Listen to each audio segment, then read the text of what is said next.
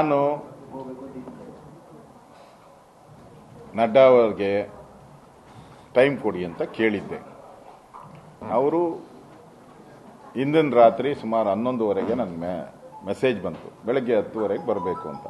ಅದಕ್ಕೆ ನಾನು ಹೋಗಿ ಭೇಟಿ ಮಾಡಿದೆ. ಸಮಯ ಕೊಟ್ಟಿದ್ರು, ಭೇಟಿ ಮಾಡಿದೆ. ಎಲ್ಲರೂ ಒಟ್ಟಿಗೆ ಹೋಗಬೇಕು ಅನ್ನೋದು ಮಾತಾಡಿದ್ದೇನೆ ಹೊರತು ಯಾರ ಪರವಾಗೂ ನಾನು ಮಾತಾಡಿಲ್ಲ, ಯಾರ ವಿರುದ್ಧವಾಗೂ ನಾನು ಮಾತಾಡಿಲ್ಲ. ಒಟ್ಟಿಗೆ ಹೋಗಬೇಕು, ಒಟ್ಟಿಗೆ ಹೋಗುವಂಥ ಸೂತ್ರವನ್ನು ಸಹ ಹೇಳಿ ಬಂದಿದ್ದೀನಿ ಅವ್ರಿಗೆ. ನನ್ನ ಸಲಹೆ, ಸೂತ್ರ ಅಲ್ಲ, ನನ್ನ ಸಲಹೆಯನ್ನು ಕೊಟ್ಟಿದ್ದೀನಿ. ನನ್ನ ಸಲಹೆಯನ್ನು ಕೂಡ ಕೊಟ್ಟಿದ್ದೀನಿ. ಮತ್ತೆ ಒಂದೇ ನಿಮಿಷದ ಇನ್ನು ಮುಂದಕ್ಕೆ ಡೆಲ್ಲಿದ 1.5 ದಿನ ಇದೆ ಅಷ್ಟಕ್ಕೆ.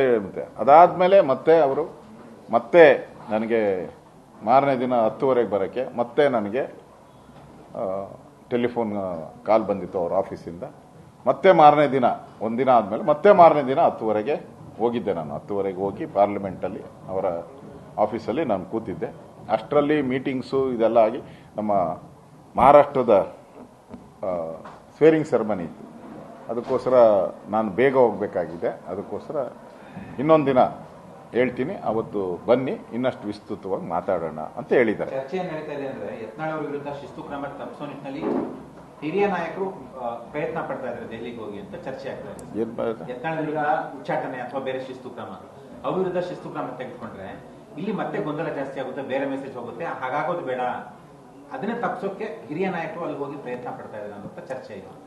ಹಿರಿಯ ನಾಯಕರಲ್ಲ, ಹಿರಿಯರು ಕಿರಿಯರು ಎಲ್ಲರೂ ಪ್ರಯತ್ನ ಮಾಡ್ತಾ ಇರೋದೇ ಒಟ್ಟಾಗಿ ಹೋಗ್ಬೇಕು ಅಂತ. ಸನ್ಮಾನ್ಯ ಯಡಿಯೂರಪ್ಪನವರು ಕೂಡ ನಿನ್ನೆ ಶಿವಮೊಗ್ಗದಲ್ಲಿ ಅದೇ ಮಾತನ್ನ ಹೇಳಿದ್ದಾರೆ, ಒಟ್ಟಾಗಿ ಹೋಗೋಣ ಅಂತ. ಇನ್ನು ಯಡಿಯೂರಪ್ಪನವ್ರು ಹೇಳಿದ್ಮೇಲೆ ಮುಗಿದೋಯ್ತು. ಒಟ್ಟಾಗಿ ಹೋಗ್ಬೇಕು ಅನ್ನೋದು ನಮ್ಮ ಅಭಿಪ್ರಾಯ. ಕೇಂದ್ರದ ನಾಯಕರು ಏನು ತೀರ್ಮಾನ ತೆಗೆದುಕೊಳ್ತಾರೋ ಅದನ್ನ ನಾನು ಶಿರಸ ವಹಿಸಿ ಮಾಡುವಂಥದ್ದು ನಮ್ಮ ಕೆಲಸ. ಅಲ್ಟಿಮೇಟ್ ಕೇಂದ್ರದ ನಾಯಕರು ಏನು ತೀರ್ಮಾನ ತೆಗೆದುಕೊಳ್ತಾರೋ ಅದಕ್ಕೆ ನಮ್ಮ ಒಪ್ಪಿಗೆ, ಪ್ರಶ್ನೆನೇ ಇಲ್ಲ. ಯತ್ನಾಳ್ ಅವರು ಮತ್ತು ಸಿದ್ದೇಶ್ವರ ಅವರು ಈಗ ಶಿವಮೊಗ್ಗದಲ್ಲೇ ಲಿಂಗಾಯತ ಸಮಾವೇಶ ಮಾಡೋದಕ್ಕೆ ತೀರ್ಮಾನ ಮಾಡಿದ್ದಾರೆ. ಹೈಕಮಾಂಡ್ ಅವರು ಭೇಟಿ ನಂತರ, ಶಿಸ್ತು ಕ್ರಮ ಓಂ ಪಠಾಣ್ ಭೇಟಿ ನಂತರ ಮತ್ತೆ ಒಂದು ಬಣ ಗುಂಪು ರಾಜಕಾರಣ ಶುರು ಆಗ್ತಾ ಇದೆ ಅಂತ ಶಿವಮೊಗ್ಗದಲ್ಲೇ ಲಿಂಗಾಯತ ಸಮಾವೇಶ ಮಾಡಬೇಕು ಅಂತ ತೀರ್ಮಾನ ಮಾಡಿದ್ದಾರೆ. ಸರ್, ಏನ್ ಸೂಚಿಸಬೇಕು ಅಂತ ಹೈಕಮಾಂಡ್ ಸೂಚನೆ ಕೊಟ್ಟ ನಂತರ ಏನಿದು ಅಂತ ನಾನು ಹೇಳಿದ್ದೀನಲ್ಲ. ಹೈಕಮಾಂಡ್ ನಮ್ಮ ಕೇಂದ್ರದ ನಾಯಕತ್ವ ಇದ್ರ ಬಗ್ಗೆ ಬಹಳ ಸೀರಿಯಸ್ ಆಗಿದ್ದಾರೆ. ಸೊ ಎಲ್ಲವನ್ನ ನೋಡ್ತಾ ಇದ್ದಾರೆ. ಈಗಾಗಲೇ ಯತ್ನಾಳ್ ಅವರನ್ನು ಕರೆದು ಮಾತಾಡಿದ್ದಾರೆ ಒಂದು ಹಂತಕ್ಕೆ. ಸೊ ಏನೇ ತೀರ್ಮಾನ ಇದ್ದರೂ ಕೂಡ ಕೇಂದ್ರದ ನಾಯಕರು ಈ ವಿಚಾರಕ್ಕೆ ಸಂಬಂಧಪಟ್ಟಂತೆ ಪೂರ್ತಿ ಅವರು ಇದ್ರ ಬಗ್ಗೆ ವೆರಿ ಸೀರಿಯಸ್ ಆಗಿದ್ದಾರೆ. ಆದಷ್ಟು ಬೇಗ ತೀರ್ಮಾನ ತೆಗೆದುಕೊಳ್ತಾರೆ. ನನಗನ್ಸುತ್ತೆ ಒಳ್ಳೇದಾಗುತ್ತೆ, ಸುಖಾಂತಿ ಆಗುತ್ತೆ ಅಂತ ಅನ್ಸುತ್ತೆ. ಮತ್ತೆ ಅವತ್ತಾದ್ಮೇಲೂ ಕೂಡ ಯತ್ನಾಳ್ ಅವರು ಮಾತಾಡೋ ದಾಟಿ ಎಲ್ಲ ಸ್ವಲ್ಪ ಬದಲಾವಣೆಯನ್ನು ಕೂಡ ಆಗಿದೆ. ಸಮಾವೇಶಕ್ಕೆ ಮುಂದಾಗಿದ್ದಾರಲ್ಲ ಶಿವಮೊಗ್ಗದಲ್ಲಿ. ಸರ್, ಈಗ ಅವ್ರದ್ದೇ ಹೇಳಿದ್ದೇನೆ ಅಂತ ಕೇಳ್ಬಿಡ್ತೀವಿ. ಅವ್ರು ಹೇಳಿದ್ರು, ನಮಗೆ ಪಾರ್ಟಿ ವಿರುದ್ಧ, ವ್ಯಕ್ತಿಗಳ ವಿರುದ್ಧ ಮಾತನಾಡಬೇಡ, ಆದ್ರೆ ವಕ್ಫ್ ವಿರುದ್ಧದ ಹೋರಾಟ ಮುಂದುವರಿಸು ಅಂತ ಹೇಳಿದ್ದಾರೆ ಅಂತ ಹೇಳಿದ್ರು. ಹೌದಾ? ಗೊತ್ತಿಲ್ಲ ನನಗೆ. ಈಗ ವಕ್ಫ್ ಬೋರ್ಡ್ ವಿಚಾರ ಅದು ಪಾರ್ಟಿ ವಿಚಾರ ಆಗಿ ಉಳಿದಿಲ್ಲ, ಇದು ಜನಸಾಮಾನ್ಯರ ವಿಚಾರ ಆಗ್ಬಿಟ್ಟಿದೆ. ಈಗ ರೈತನ ನಾಯಕರು ಮಾತಾಡ್ತಾ ಇದ್ದಾರೆ, ಮಠಾಧೀಶರುಗಳು ಮಾತಾಡ್ತಾ ಇದ್ದಾರೆ. ಅದರಿಂದ ಯತ್ನಾಳ್ ಅವರು ಫಸ್ಟ್ ಪ್ರಾರಂಭ ಮಾಡಿದ್ದು ಬಿಜಾಪುರದಲ್ಲಿ ಯತ್ನಾಳ್ ಅವರೇ ಈ ವಿಚಾರಕ್ಕೆ ಸಂಬಂಧಪಟ್ಟದ್ದು.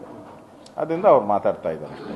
ಈಗ ವಿಜಯೇಂದ್ರ ಅವರು ಕೂಡ ಪ್ರವಾಸ ಮಾಡ್ತಾ ಇದ್ದಾರೆ. ನಾನು ಕೂಡ ಮೊನ್ನೆ ಮೈಸೂರು ಪ್ರವಾಸ ಆಯಿತು ನಂದು, ಮಂಡ್ಯ ಪ್ರವಾಸ ಆಯಿತು ನಂದು, ಚಿಕ್ಕಬಳ್ಳಾಪುರ ಪ್ರವಾಸ ಆಯಿತು. ಅದರ ಹಿಂದೆ ಕೋಲಾರಕ್ಕೆ ಹೋಗಿ ಬಂದೆ, 2 ತಿಂಗಳ ಹಿಂದೆ ಕೋಲಾರದಲ್ಲೂ ನನ್ನ ಪ್ರವಾಸ ಆಗಿದೆ. ಸೊ ಈ ವಿಚಾರವನ್ನು ವಕ್ಫ್ ಬೋರ್ಡ್ಗೆ ಸಂಬಂಧಪಟ್ಟಂಥ ಅವಾಂತರಗಳು ಏನಾಗ್ತಾ ಇದೆ ಕರ್ನಾಟಕದಲ್ಲಿ, ಅವೆಲ್ಲನೂ ಕೂಡ ವಿಧಾನಸಭೆಯಲ್ಲಿ ನಾವು, ಯಾಕಂದರೆ ಇದು ಉತ್ತರ ಕರ್ನಾಟಕಕ್ಕೂ ಹೆಚ್ಚು ಎಫೆಕ್ಟ್ ಆಗ್ತಾ ಇರೋದು ಉತ್ತರ ಕರ್ನಾಟಕದ ಭಾಗಕ್ಕೆ. ಅದರಿಂದ ಇದನ್ನ ಫಸ್ಟ್ ಪ್ರಯಾರಿಟಿಯಾಗಿ ನಾವು ಅಧಿವೇಶನದಲ್ಲಿ ತಗೊಂಡು ಸಂಸದರ ಜೊತೆ ಉಸ್ತುವಾರಿಗಳ ಸಭೆ ಮಾಡಿದ್ದೀವಿ.